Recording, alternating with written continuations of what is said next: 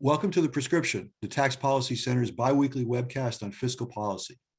This is one of a series of conversations with state, local, and federal government officials, as well as leading economists and other experts. I'm your host, Howard Gleckman, a senior fellow at TPC and editor of our blog, TaxVox. My guest today is Doug Elmendorf. He's dean at Harvard's Kennedy School and the Don K. Price Professor of Public Policy there. Previously, Doug was director of the Congressional Budget Office from 2009 to 2015. He also served in various positions at the Federal Reserve, the Treasury, and the White House Council of Economic Advisors. He also was a visiting fellow at the Brookings Institution. Before we begin, our usual bit of housekeeping. We encourage audience members to submit questions in the Q&A box at the bottom of your screen. The event is being recorded and will be posted online at TPC's website in the near future. We're using captioning, which you can adjust or turn off with the live transcript button at the bottom of the Zoom screen. If you'd like to join the conversation on social media, please use the hashtag #LiveAtUrban. And if you'd like to suggest a future guest for The Prescription, just email us at info@taxpolicycenter.org. Doug Elmendorf, welcome to The Prescription. Thank you, Howard. It's wonderful to be here with you and with everyone who's joining us today. Great, good to see you. So let's start with the state of the current economy. The news is confusing at best. We learned this morning that GDP grew at an annualized 6.9% in the fourth quarter, running pretty hot. So much of that seems to be inventory accumulations. The jobs recovery has been impressive, at least before Omicron. The unemployment rate's below 4%. Nominal wages are rising faster than in 25 years, but inflation's also rising at the fastest pace in 40 years. So where are we headed? Well, that's easy enough to answer, Howard. We've had a very striking growth of the economy and of employment, even though the pandemic is still with us. And that growth is to the credit of a lot of hard workers and business owners and managers. It's also partly to the credit of fiscal policy, which has provided a tremendous amount of support to people's incomes, and through that to the demand for goods and services in the economy. And that's the huge success. At the same time, the stunning level of inflation in 2021 is a real worry and is at least partly connected to the fast growth of output and employment and to the support of fiscal policy. We don't understand exactly what's happening with inflation in real time. If we did, then the Federal Reserve might have taken different actions over the past several months. We don't really understand inflation that well, even in retrospect, sometimes. But I think most analysts now believe that the growth of demand in the economy outpaced the growth of supply, which is a standard way to have prices rise. And then that is partly because of fiscal policy and partly for other reasons. And so the concern, I think, of many policymakers in 2020 and early 2021 was that we might repeat the mistakes of the recovery after the financial crisis.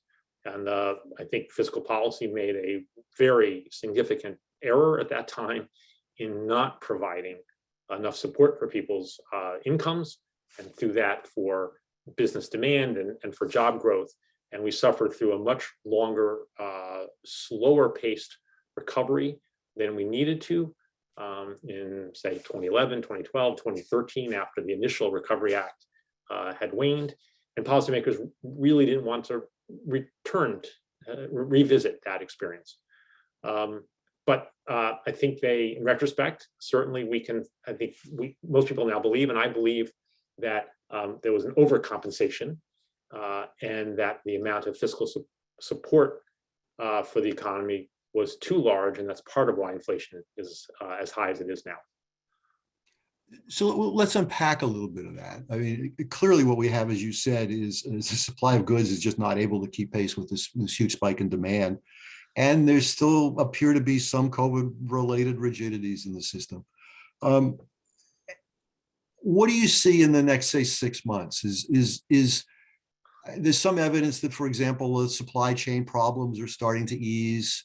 Factories seem to be running a little better than they were. What's your sense of this? Are we through the worst of this? I think that the pressures will start to ease, but only gradually.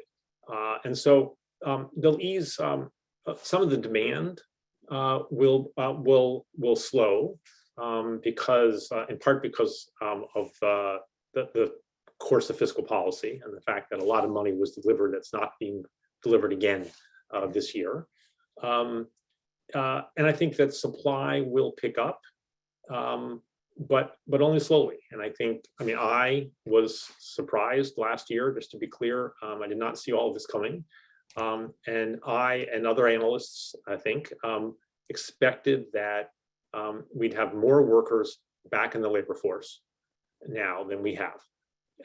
And again, to go back to the recovery after the financial crisis, I think the view of many people in real time and in retrospect was that stronger demand would have pulled people back into the labor force more quickly in 2011, 12, 13, 14, and so on, that we didn't really end up seeing until the end of that expansion. But despite all of the fiscal boost and the support of monetary policy, in 2021, people did not come back into the labor force. And I think some of that was directly COVID related. Many, millions of people report being out of the labor force now because they are sick with COVID, or caring for somebody who is sick with COVID, or caring for somebody who can't be at school or childcare or having other care because of COVID, or just worried about getting COVID. And so the pandemic has really very directly kept a lot of people on the sidelines, who I think will, in many cases, come back to the labor force over time, but only as all these conditions improve. And at Harvard today, as at many schools, we are back in person despite Omicron, but risks are still there. People are still nervous. And so I think that's going to take a while to unravel. And some of the people who left the labor force have retired and probably will stay retired. We have not seen any bounce back in labor force participation by people over certain ages yet. So an economist would say a simple solution to this labor shortage is pay people more, which companies seem to be doing. Yes. But of course, that's adding to inflation. Yes. And so I think we're seeing both relative wage changes that I think are good mostly, but then also an overall increase in wages that risks contributing to inflation. And so I think that some of the relative changes we're seeing are that people in lower paid jobs are seeing particularly large increases. In many cases, those are jobs that involve face-to-face work with people. So the COVID risks are higher. And just in general, one can't work from the comfort of one's home in the way that I'm in my office, as you can tell today, but the way that I and others have been able to do for much of the pandemic. And so providing greater relative rewards for people who, the essential workers who have to be out in the workplace and have not been paid very much before, that's all good from my point of view. But if the overall increase in wages, if that is too fast, it outpaces the productivity improvements, then over time that pushes up further on inflation.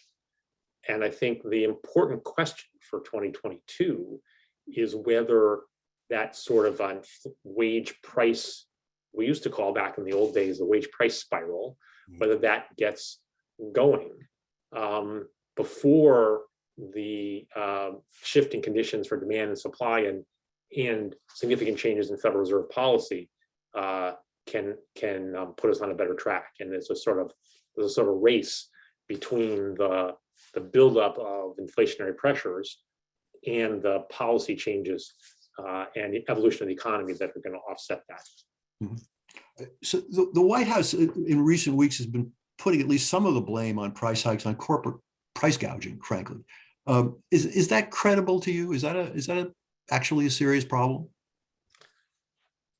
Well, I think it is true that there are certain sectors where there is market power, as economists would say, so a monopoly or a few leading providers who are then able to charge more than would be charged in a really competitive market. And there's an important role for federal policy and state government policies to reduce that sort of market power. And antitrust enforcement has not been the theme of much of the last few decades. It's been coming back for more consideration before the pandemic, and I think that's totally appropriate, and I think that's some of what we're seeing in the pandemic. But I don't believe that that market power is one of the most significant drivers of the current inflation. I mean, it is, as people pointed out in early 2021, the fiscal stimulus being provided was a lot larger than the estimated gap between the potential output of the economy and the demand for goods and services. And the view at the time by policymakers and by many people, including myself, to be honest, was that the money would be spent out slowly, and that so the demand would not have an incredible burst, and the supply of the economy would pick back up again. And I think the money has gone out slowly, in the sense that many households have accumulated wealth they wouldn't have otherwise, but the supply has not come up in any comparable way. That's also a little bit because of fiscal policy, right? So the support, financial support, not only provided households the means to spend more, it also provided some households an opportunity to not have to go back to work. And there can be, I think was in many cases, big social value of that. Some people who would have had to go back to work were sick or were caring for sick family members. So saying that they didn't have to go back isn't a failing of the policy directly, but if you combine that effect on limiting supply with a boom to demand, then you're creating an imbalance. That's part of why inflation is high. That's not all. If you look around the world, other countries have also seen run-ups in inflation. And there are some global factors, particular issues of semiconductor production and shutdowns in some of the countries that are important suppliers of goods here, that are unrelated mostly to our fiscal policy and have affected countries around the world. But we've had particularly strong fiscal support, and we have had higher inflation than bigger pickup in inflation than many other countries, and those are related phenomena in my judgment. So there's a lot of savings still out there, but there's some evidence that at least some of those low-wage workers may have burned through some of that savings that they accumulated as a result of the economic impact payments and the rest. Is it your sense that in fact is happening, and that those people will start coming back to work? I think so, but I should confess, I was surprised they stayed out as long as they have. I mean, economists often worry a lot, and appropriately, about very low levels of saving by most households. I don't remember the exact numbers, but there are often lines about how many households have less than a week's worth of their income, less than 2 weeks or something saved. And so I didn't think that the stimulus checks and other support were going to get people very far.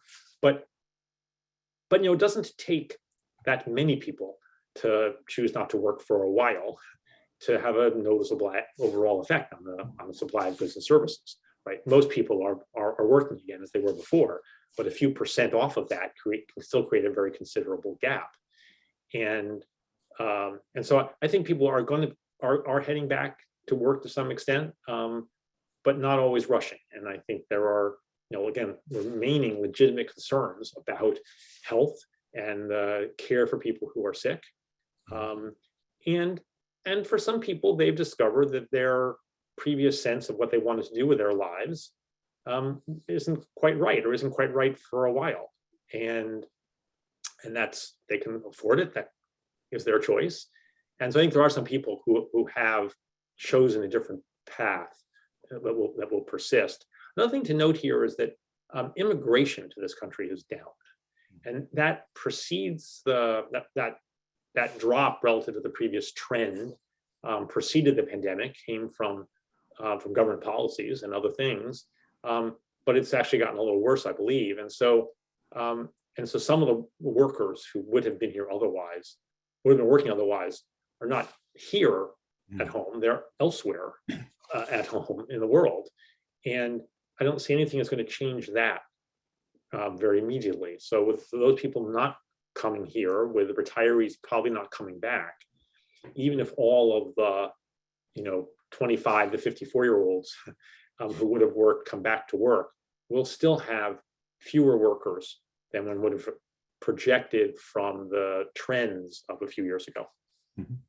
One last inflation question. So when economists think about inflation, they often worry mostly about expectations.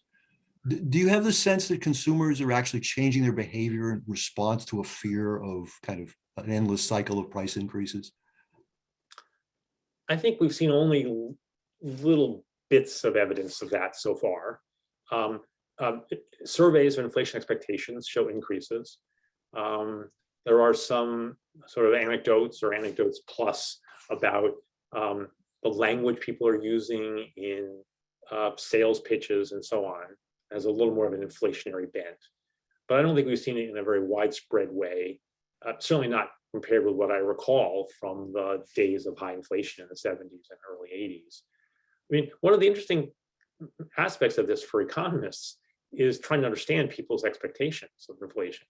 And I think for a number of decades now, inflation had been low enough, people didn't really focus on it very much.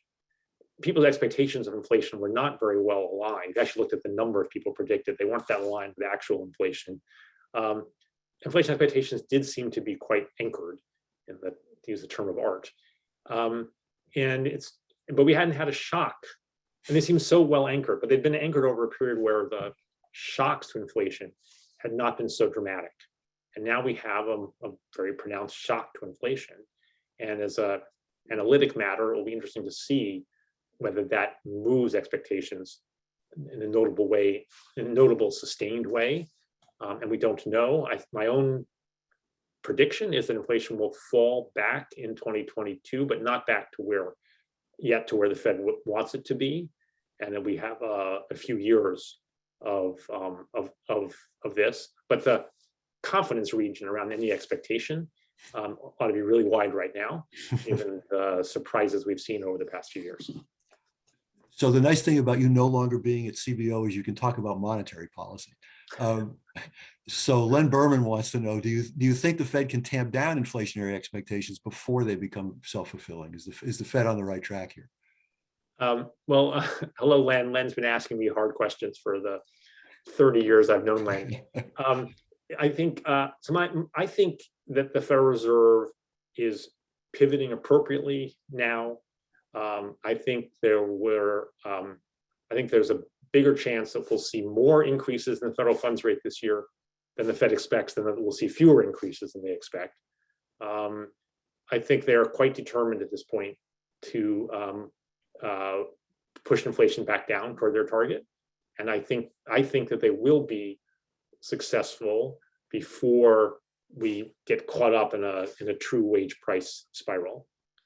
But again, if you look back a year ago, the number of forecasters who thought inflation could be anything like 7% in 2021 was very, very small.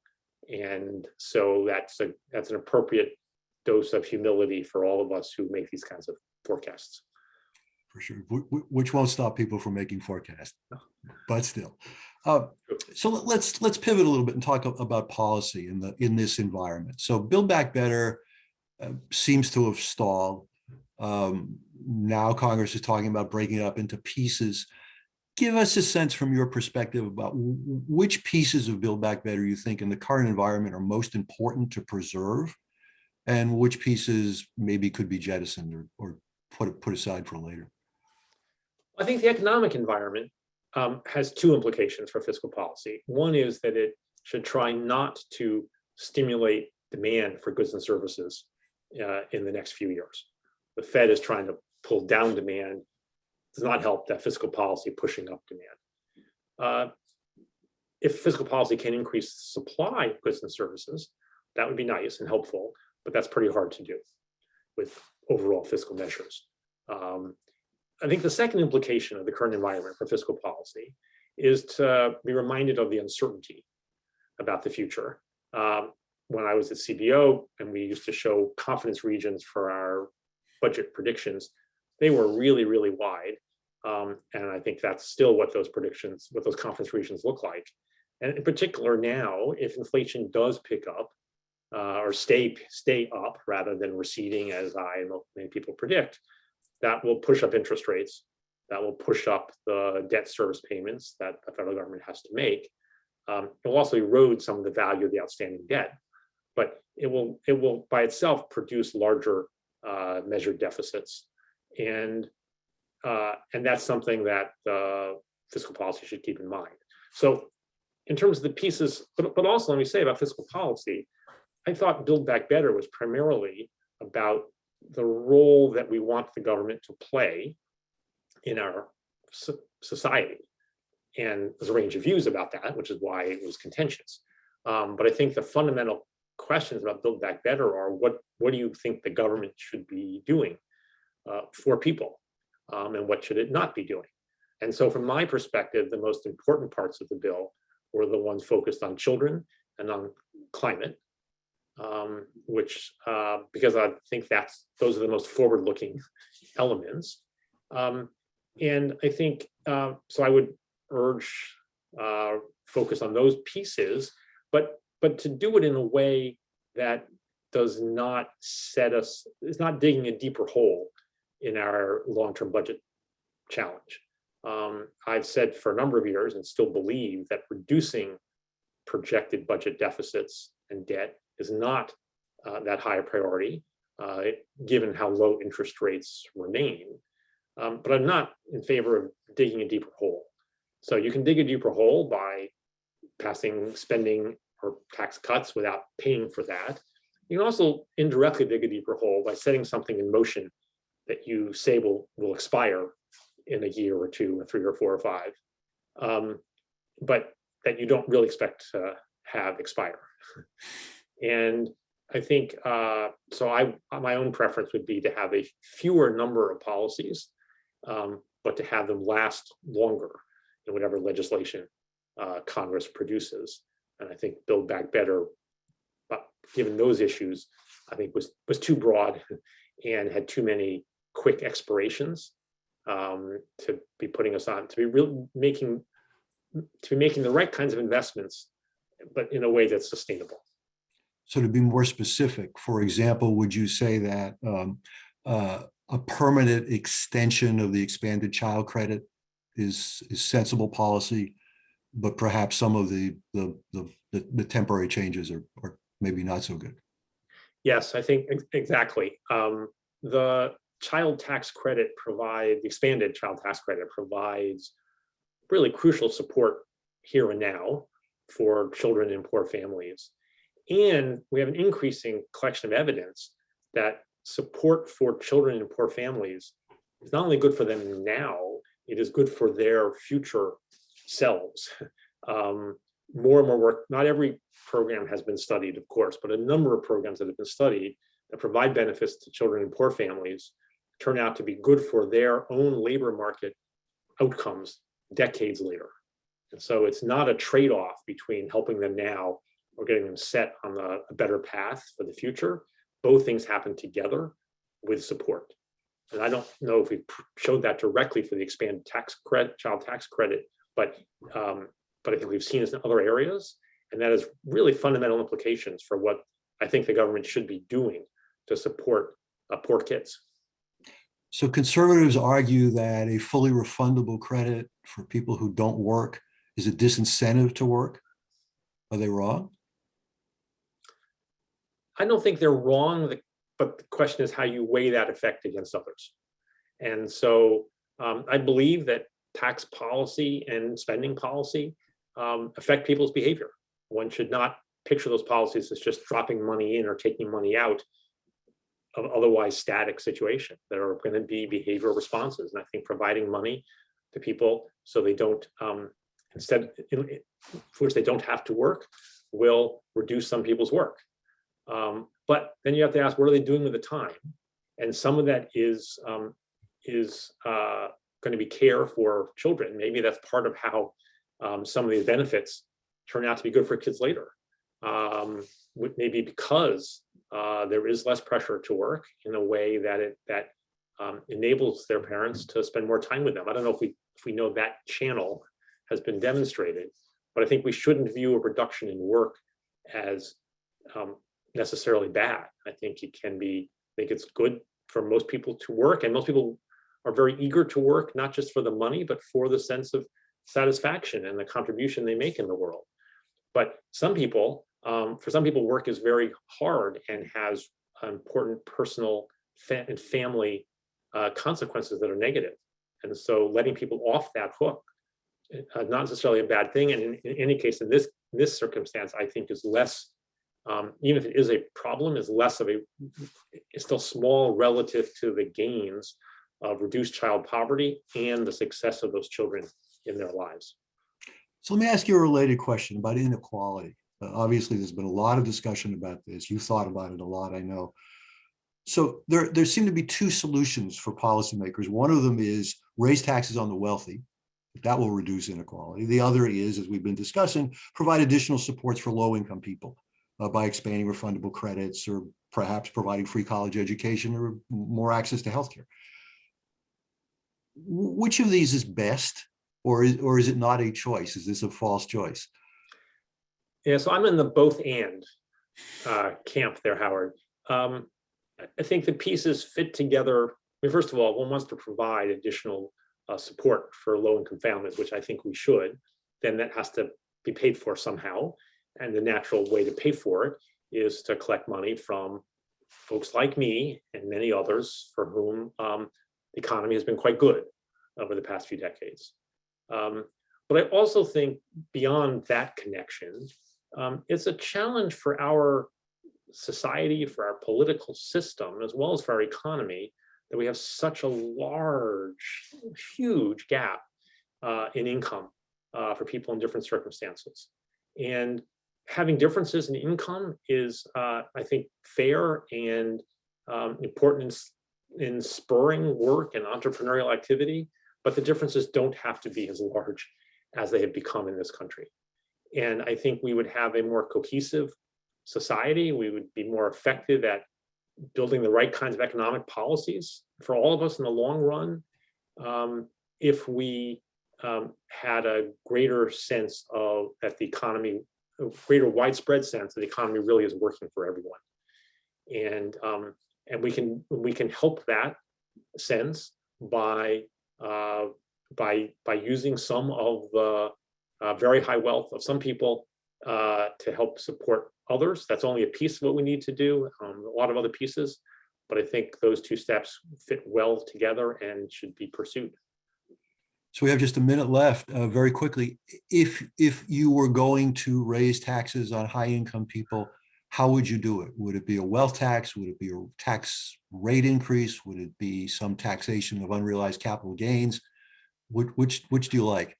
Howard, you're the expert at the Tax Policy Center, so I think I should put that question back to you. But I will say, for my part, I'm a traditionalist on this. I think setting up entirely new sorts of tax systems is quite challenging, and I think we're better off focusing on collecting more from the tax systems we have. And I think there are comparatively easy ways to address these problems, but with changes in the personal and corporate income taxes. Doug Elmendorf, it's been great to have you. Thanks so much for taking the time. It's good to see you, and hopefully we'll get a chance to talk again soon. Good to see you too, Howard. Thank you so much. Thank you, and Bye-bye. thanks to the audience. Take care.